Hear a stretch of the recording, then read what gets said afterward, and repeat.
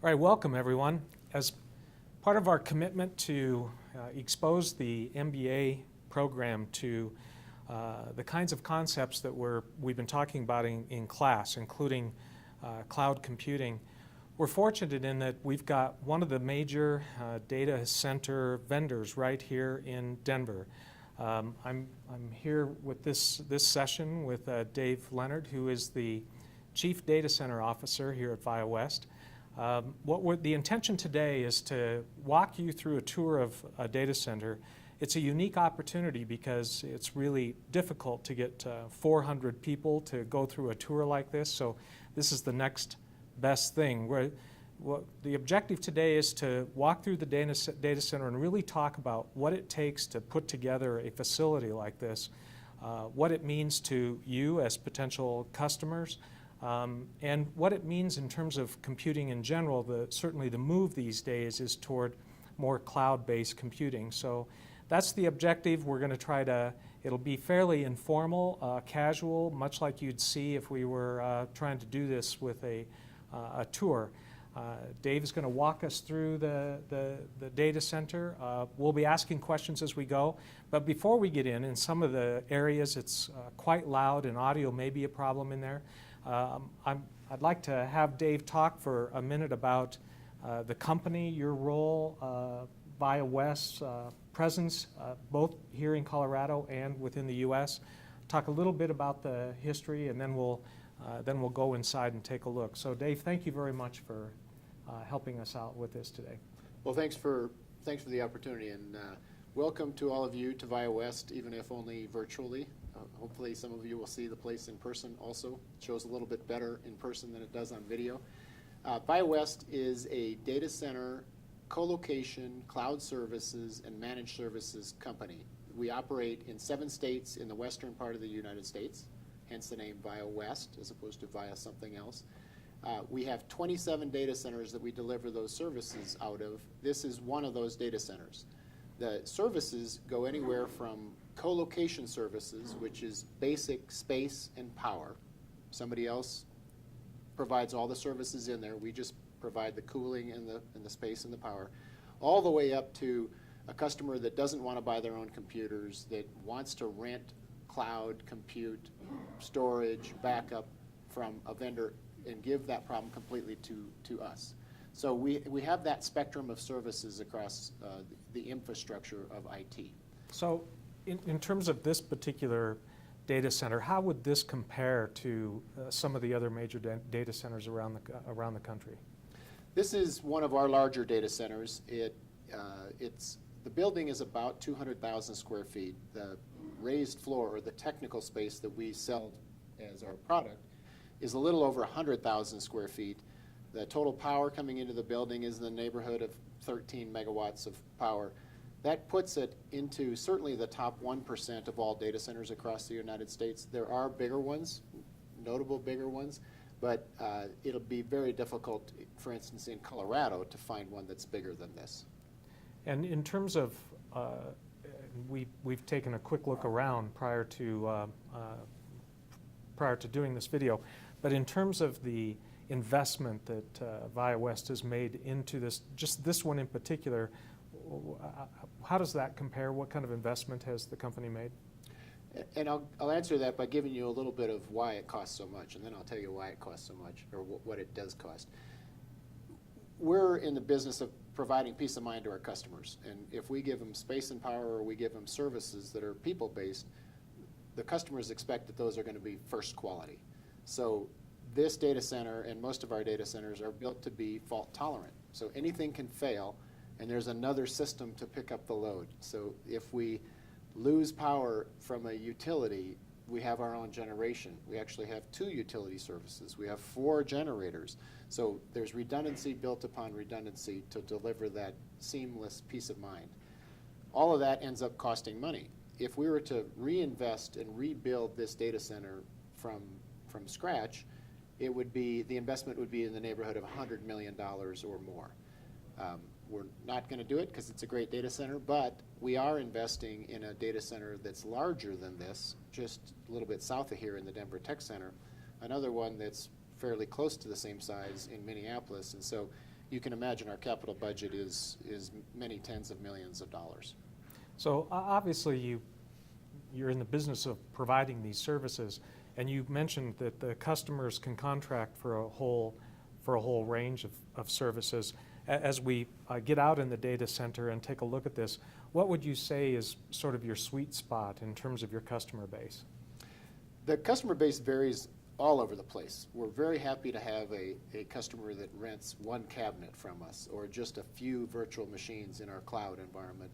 But an average customer for us would be somebody that needs about 8 or 10 cabinets worth of space or 100 VMs in our cloud environment, somebody that takes down maybe 200 square feet of cage space from us. That said, we have customers that take over 20,000 square feet of cage space individually. Mm-hmm. So it's a pretty wide spectrum. Our real focus is on those customers that value a local presence, local touch, a high degree of personalized, not customized, but personalized services, and see a differentiation in the quality of service that we supply. We're not in the business of supplying a commodity service and competing on price.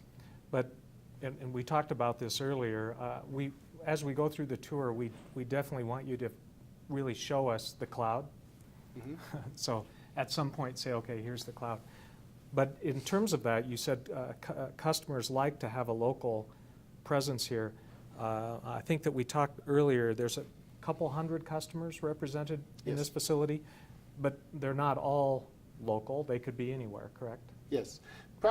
I don't know the exact numbers, but in this facility, of the 200 or so customers that are here, I would say probably 65% of them are companies that are either headquartered in Colorado or have a major operating presence in Colorado. And there is a high affinity for people to want to be near their servers, either because they supply services to them themselves, they go in and do the work that they don't ask us to do, or just because there's comfort. If anything goes wrong, I can drive there and I can touch it, and it used to be called server hugging, and it's becoming less prevalent, but it's still there.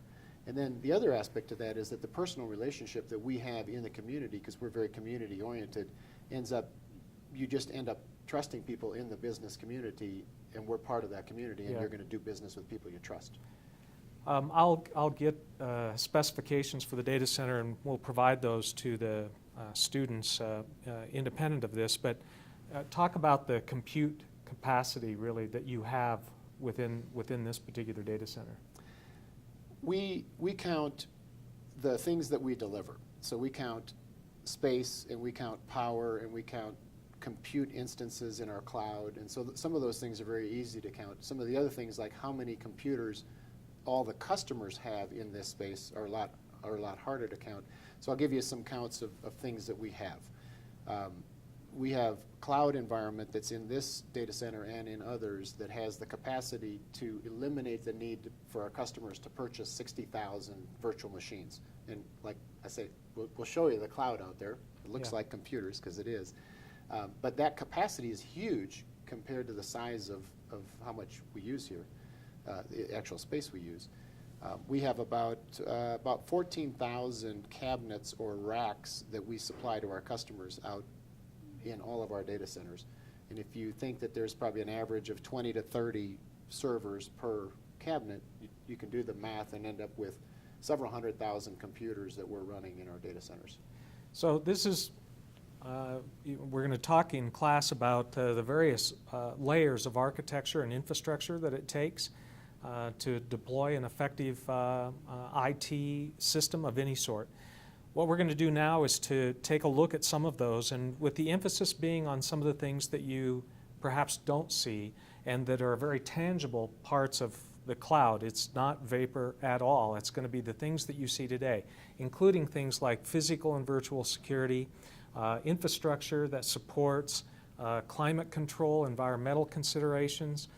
Dave will be addressing power, the infrastructure itself, the network, the wiring, the cages, protection, all of those things as we walk through.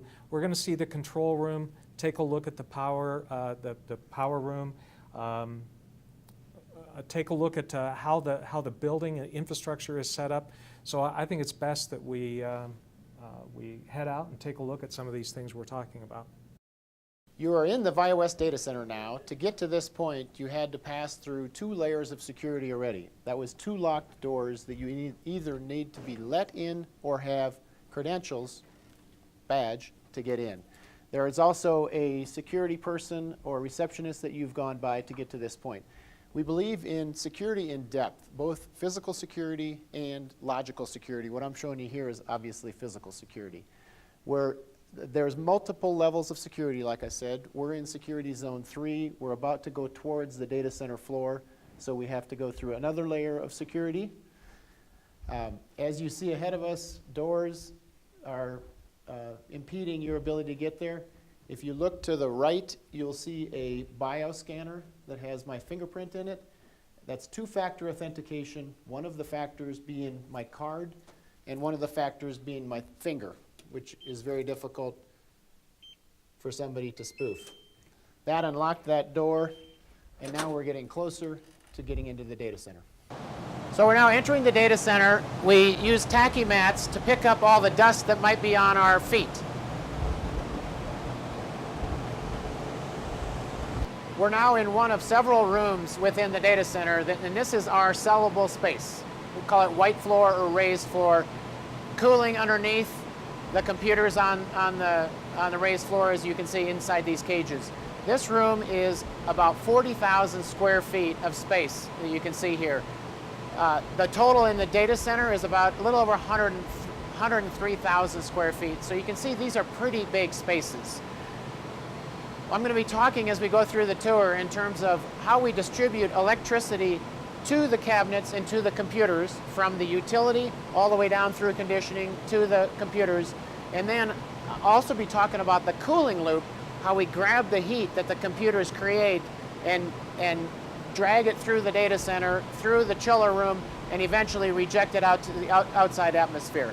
So this is the final delivery point of power to cabinets that you can't quite see over there for security reasons. And we send power out of these distribution panels underneath the floor, goes into the cages, into the cabinets to be distributed to the computers. If you notice, we use labeling. There's many different power delivery systems in this data center, and we try to use labeling to make it clear where you are and what system you're operating under. And we'll see that use of color throughout the data center. In our co-location services, we offer granularity of services anywhere from a half a cabinet that you see right here with 2 separate locks on it, to a full cabinet, to cages that might have 5,000 cabinets in an individual cage. In a data center, managing airflow is very, very important. So I'm standing by a cold aisle.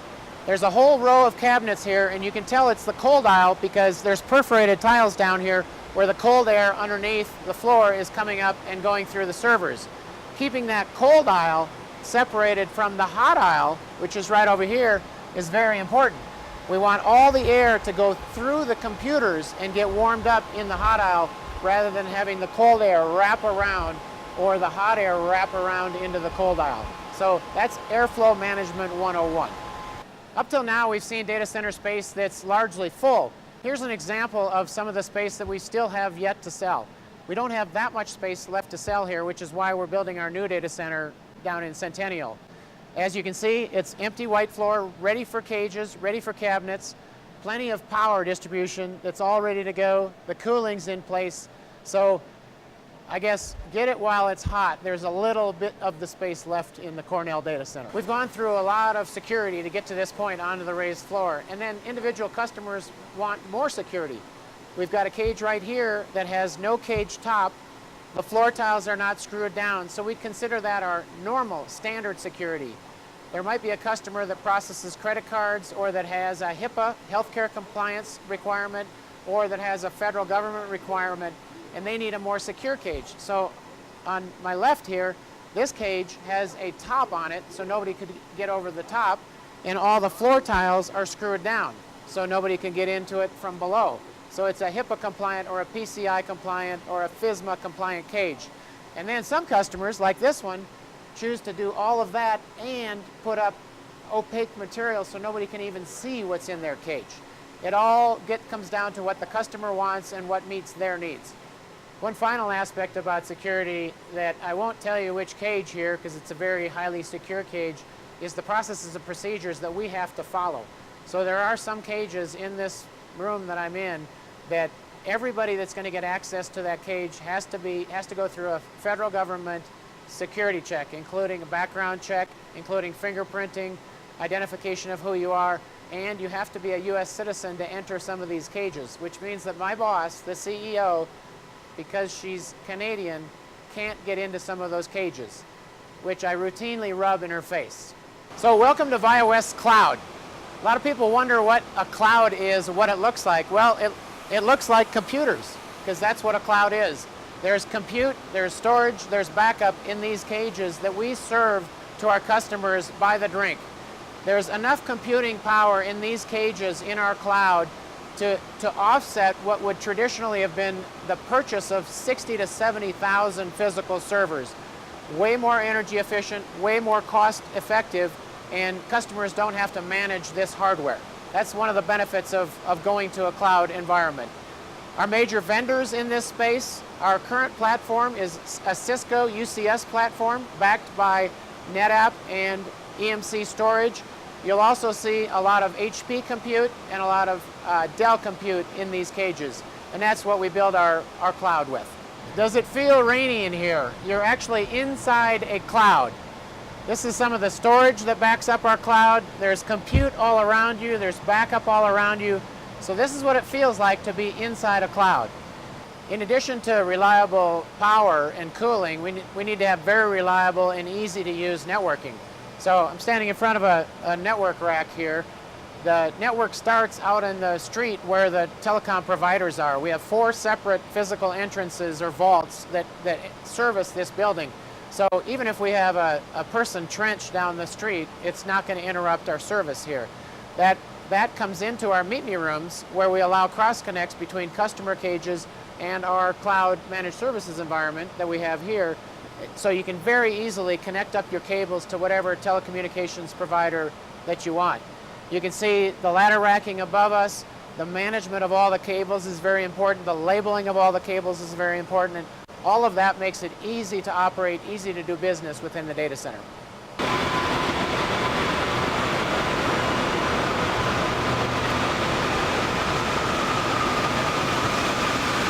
Where we're going to next is the nerve center, the control center of the data center. It's one of 18 virtual technology assistance centers, or VTACs, that exist throughout our 27 data centers, and we can control all of the data centers from each one of these.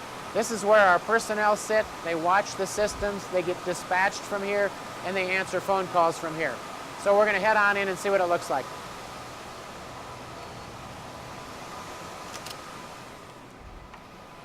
The cloud control, the managed services control, all of that happens in this room. When a customer calls in, the calls come into this room and they're handled by an engineer. Customer service is a very, very important differentiator for ViaWest, and our call rate, our successful call rate, and our call pickups times are among the best in the industry. So this is the brains of the data center right here. We mentioned on the data center floor the final delivery of power from those gray panels that we saw into the cabinets. Well, now we're going to start where power gets created and take that power flow all the way back to where we connect up to those panels. Power starts in a data center in one of 2 ways. The way that we really care about is through our generation. This is a generator, an MTU generator. It's a diesel generator. It is able to start and take load in 10 seconds, and it's 5,000 horsepower, to give you an idea of its size. It's one of 4 data centers, or one of 4 generators that we have in this data center. That power gets created in the generation. It goes through an aggregation point where all of that power from those 4 generators are ganged together for delivery downstream. This is the fuel system that feeds the generators that we just saw. We have 2 20,000-gallon diesel fuel tanks that are underground here. Those are served to the generators by 2 independent pumping stations. This is one of the 2 pumping stations that feeds the generators.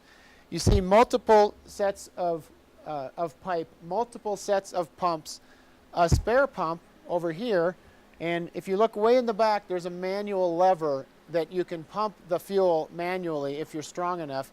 That shows you the level of redundancy that we have to supply energy into the data center. It's redundancy upon redundancy upon redundancy. So we use it in test mode every month. That's part of our testing.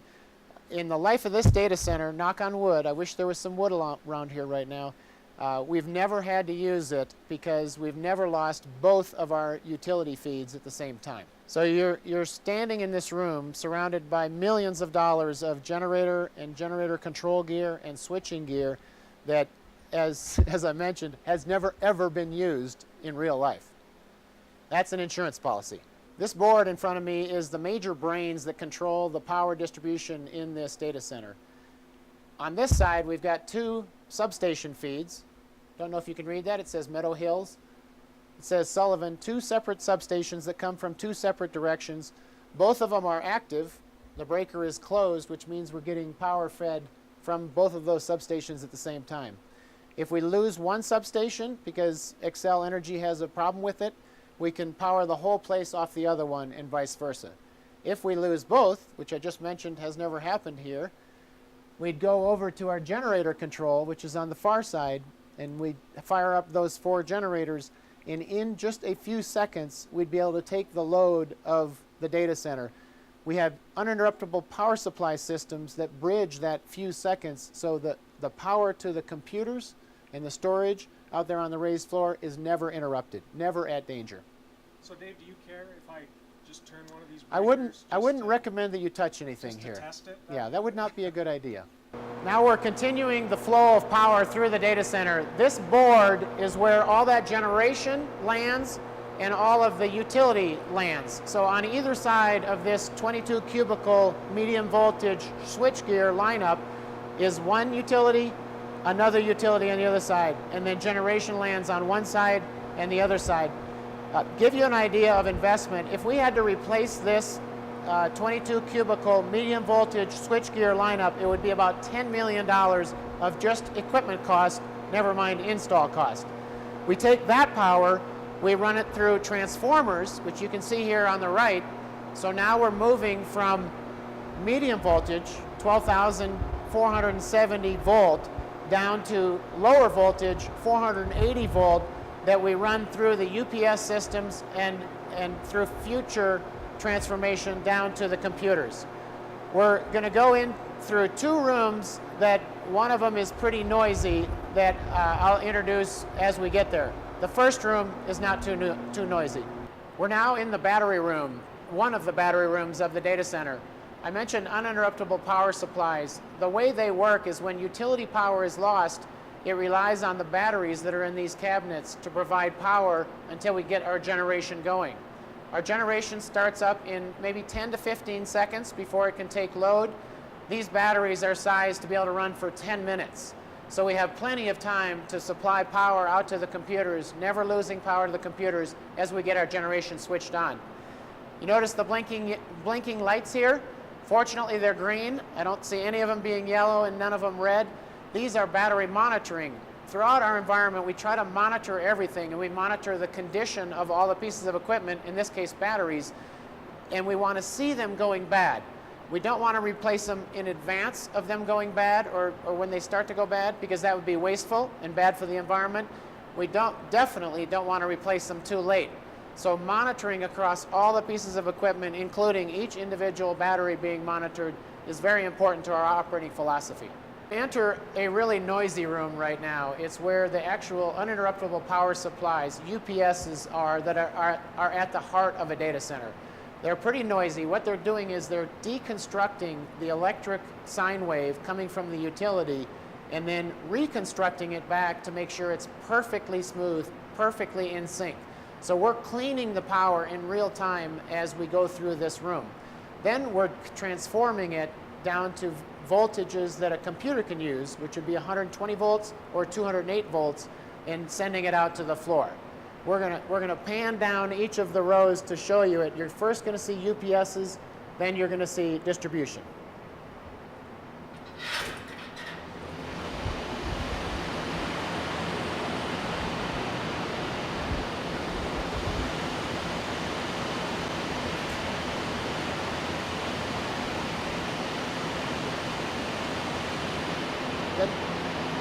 So to recap, we saw the entire power flow. First, we saw the cabinets being fed by the panels out on the raised floor. Then we went over to the generators, saw power being generated, how it's been managed through the control system, how it's distributed through the medium voltage switchgear, how it comes through transformers into the UPS. That final shot we saw was the distribution that then feeds those panels out on the raised floor. So that's the entire flow of power being delivered from the utility or from generation out to a computer. Now let's talk about cooling in the data center. Getting heat into or electricity into the data center is very easy compared to getting the heat out of the data center or the cool into the data center. There's 3 cooling loops that I'll talk about. The first one I'll talk about right here, and that's the air loop. What we're standing in front of is a row of computer room air handlers or crays. What their job is to do is to collect hot air that we collect out of the ceiling where the computers exhaust their hot air, and we bring it through this cray and we exchange that hot air into basically a radiator or a chilled water coil and produce cold air that goes underneath the raised floor back into the computers. So that's an air loop, cold air going up, becoming warm, and coming back down. We're going to go into the chiller room and talk about where does that now hot water that used to be chilled water go to. So come with me to the chiller room.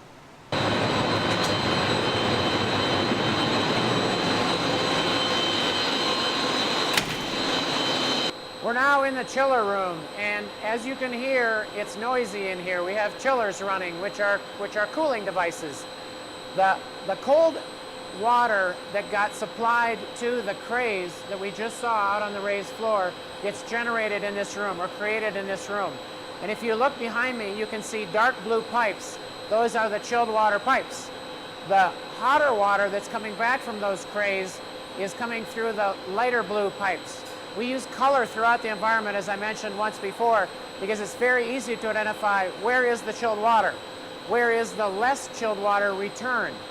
The green is the third loop, which is condenser water or tower water, and that goes from the chillers or from the flat plate heat exchanger that I'll come back to, out to cooling towers where evaporation rejects that heat out to the atmosphere.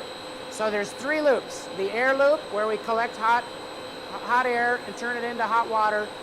The chilled water loop, where we collect that heat and return it to the chillers. And the condenser or tower water loop, where we take that heat and transport it out to the tower.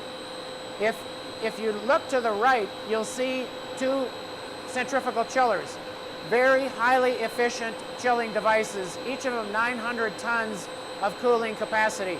There's room for a third one down there. All of that cooling capacity, if the day is cold enough, which it's not today because you hear them running, if it was cold enough, this device behind me, the flat plate heat exchanger, can do all of that cooling without requiring all these motors, and it'd be a much quieter day in here. So once again, energy efficiency, very, very important in running a data center.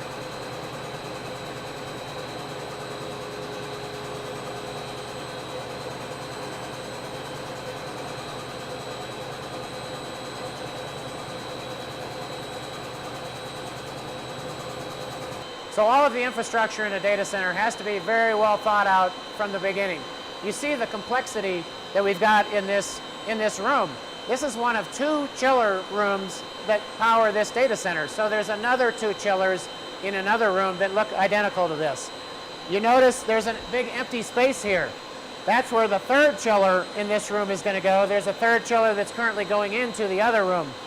Think of taking a massive chiller like what we see here, moving it into this room and getting it positioned correctly.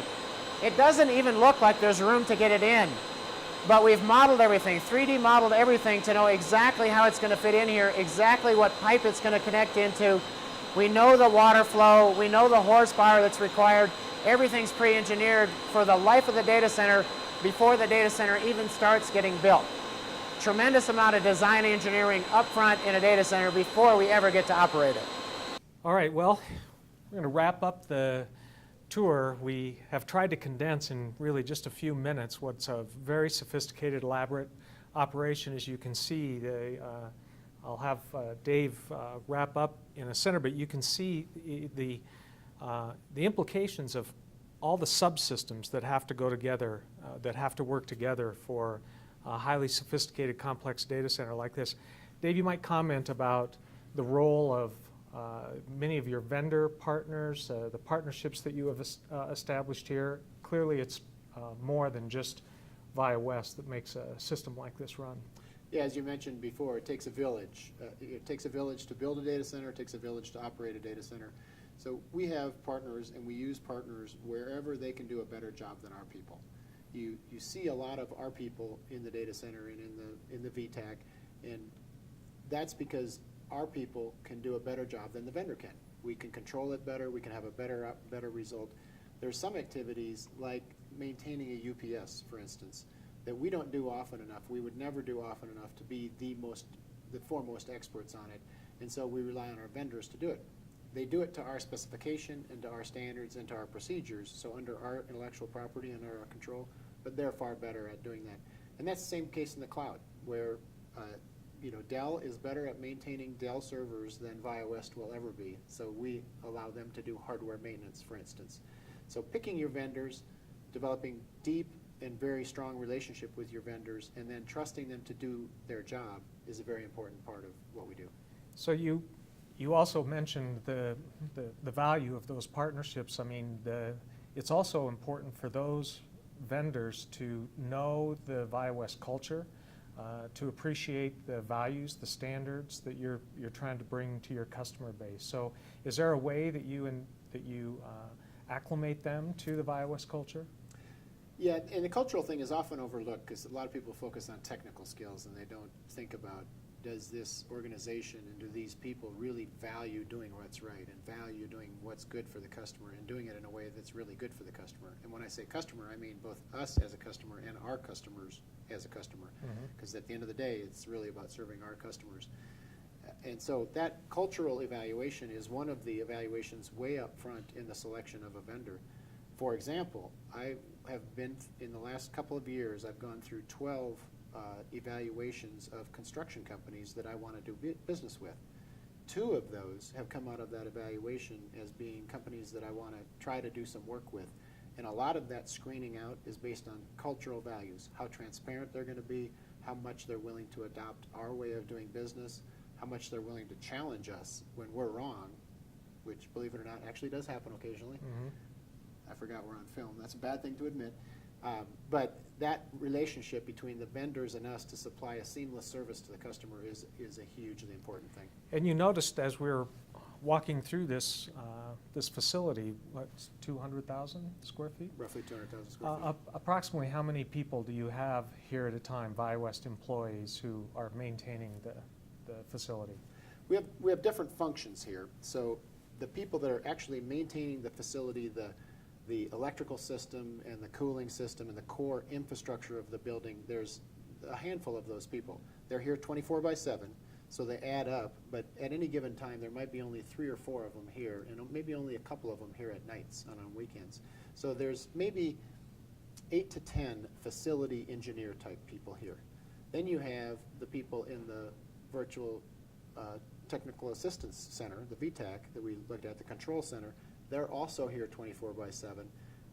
There are also a few of them staffed in the day and a few less at night. So there's probably another 6 to 8 to 10 of those folks. And then there's some support staff, the security people, the receptionist at the front desk. A total of maybe 20 employees in this facility. So it's lean, and that's part of the model as well, right? That the infrastructure itself, the systems that are involved in managing the infrastructure help reduce the number of people that it takes to physically manage the facility. Yes. Everything that we can automate is automated, because when you get automation right, process control right, it's going to operate far faster and far more uniformly than a person could ever operate. Always under our control at the end of the day, so manual overrides on everything. The automation allows us to reduce the people.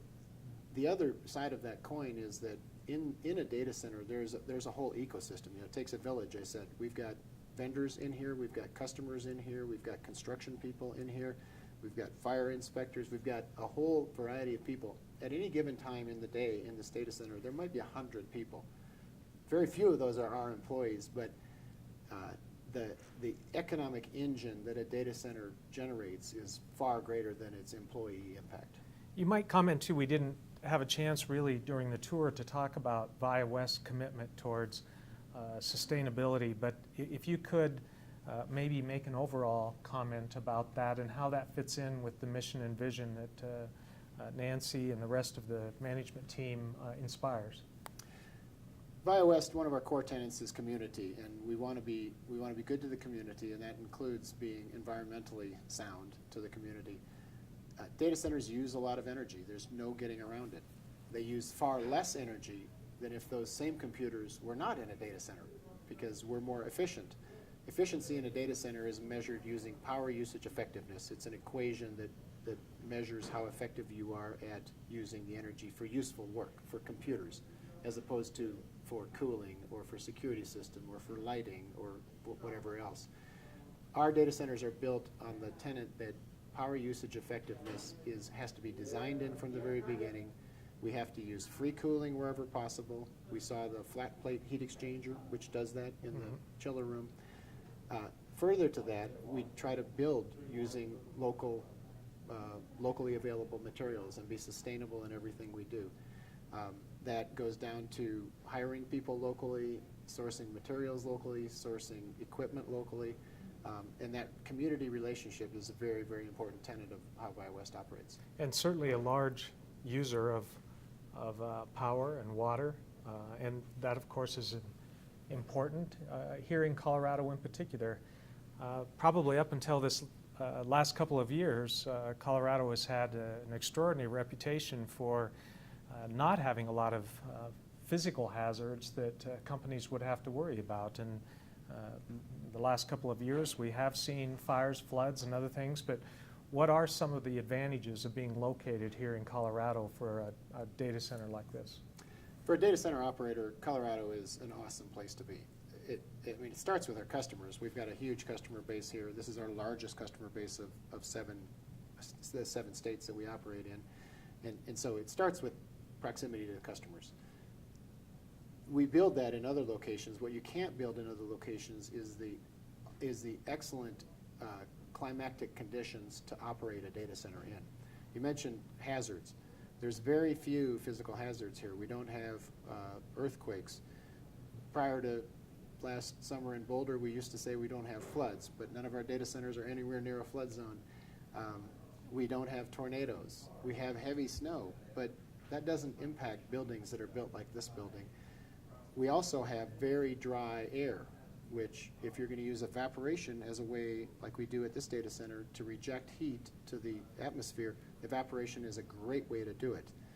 People worry about water usage. The amount of water we evaporate pales in comparison to the amount of water used in utility energy generation, to where if we can reduce our PUE, power usage effectiveness, to reduce our energy consumption, that's the best way for us to save water. A little counterintuitive to most people. But thinking about all aspects of a data center in Colorado, there aren't any negatives to it. Forest fires, if we have a forest fire here, which is a hazard we've seen recently, we just close out our use of any outside air. So it's not a problem. We'll detect it, but it's not a problem on operations. So of all the states that we operate in, I would say environmentally, Colorado is probably the best. And I'll put this on you, even though you're the Chief Data Center Officer, but for many of our students represent companies that are potential customers. What do you, within the company standpoint, what are some of the primary advantages these days of companies, particularly SMEs, in looking at using cloud-based services or co-location services from Via West as opposed to doing this on their own? It all gets back to what do you as a business want to do, and what do you as a business want to focus your resources on, whether that's your skill resources or your economic resources, your capital, your operating rigor. You can only do so much. And if you're a grocery store, your core delivery of service is not computing. It's delivering really fresh, great groceries. And so what I always say is take the things that you don't want to do and that you don't want to be expert on and that you don't want to spend your capital in. If you don't want to spend millions of dollars building a data center, then rent one from somebody who does. If you don't want to invest in computers and invest in database administrators and virtual machine VMware experts and Linux experts and Windows experts, then don't invest in those. Invest in your own business and give those kind of context functions off to somebody who does them for a living. So it gets down to that. Focus on what's really important to you. And then economically, we do all of those things at scale, and at a scale that a small to medium-sized enterprise, all but the very largest enterprise, can't do. And so we have an unfair advantage from a cost perspective compared to our customers. For a customer to replicate having the database depth of experience that we have in their own company, they'd have to have 20 database experts. Well, not a lot of companies want to afford to have 20 database experts. So focus on what's core to your business, and then look at the economics of how we can do it not only better but cheaper than most organizations. It is interesting, isn't it, that the industry has really come full circle, because this was the phenomena that we looked at 25, 30 years ago, was the whole concept of a service bureau. Mm-hmm. And then everything migrated towards a desktop on every desk. And now with mobility, the amount of data that's being generated every day, the whole concept of big data, it's interesting how we've come back full circle to now relying upon companies like yours to do much of that work for organizations. Yeah, I always think it's funny. People talk about cloud like it's a new concept. Mainframe time sharing of 30, 40 years ago was a cloud. Was exactly that. It was virtual, it was compute, it was storage. You didn't have to manage it, you consumed it on demand. It had all the characteristics of cloud today. It just didn't have as good marketing. Yeah, didn't have the name. Hey, thank you very much for your time today, the tour. We appreciate the partnership with ViaWest, and thank you very much. Yeah, appreciate you guys coming out. Yeah. Thanks.